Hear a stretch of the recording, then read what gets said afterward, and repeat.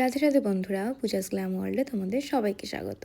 তো তোমরা জানো, যেহেতু আমার স্যালনটা ইউনিসেক্স নয়, তার জন্য আমি কিন্তু ছেলেদের কোনো রকম স্কিন ট্রিটমেন্ট করি না। বাট এই কাজটা আমাকে করতে হয়েছিল। আমার এক ক্লায়েন্ট, তার ভাগনার স্কিনটা বিয়ের ঠিক 2-3 দিন আগে এরকমভাবে কিন্তু জ্বলে যায়।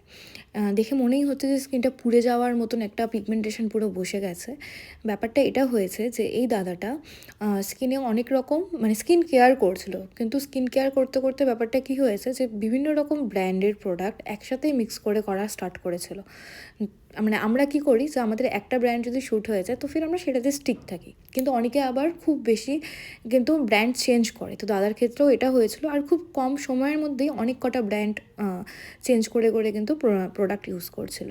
তো সেটারই কিন্তু একটা রিয়াকশান এরকম হয়ে যায় যে স্কিনটা পুরো পুড়ে যাওয়ার মতো।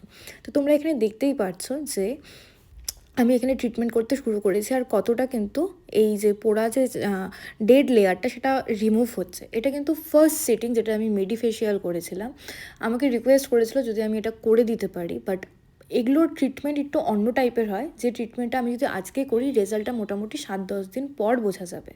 বাট দাদাটার যেহেতু বিয়ে জাস্ট বিয়ের 2 দিন আগে আমার কাছে এসেছিলো, তো অতটা টাইম ছিলই না, 2 দিন কি 1 দিন আগে এরকম হবে। তো আমার কাছে অতটা টাইম ছিল না যে আমি ওই ট্রিটমেন্টটা দিতে, মেন যে ট্রিটমেন্ট হয় এটার সেটা দিতে পারি। বাট আমি মেডিফেশিয়াল করেছি। মেডিফেশিয়াল একটু টাইম লাগে, বাট কিছুটা ফার্স্ট সিটিংয়ে কিছুটা হালকা হবে, খুব স্লাইট একটু লাইট হবে আর কি।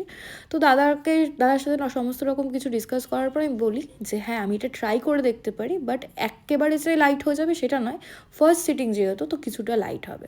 আমি ফটো বিফোর আফটার দিয়ে দিলাম, তোমরা দেখতে পারবে রেজাল্ট। এখনও কিন্তু রয়েছে স্পট, বাট এটা খুব হালকাভাবেই লাইট হয়েছে ফার্স্ট সিটিংয়ে।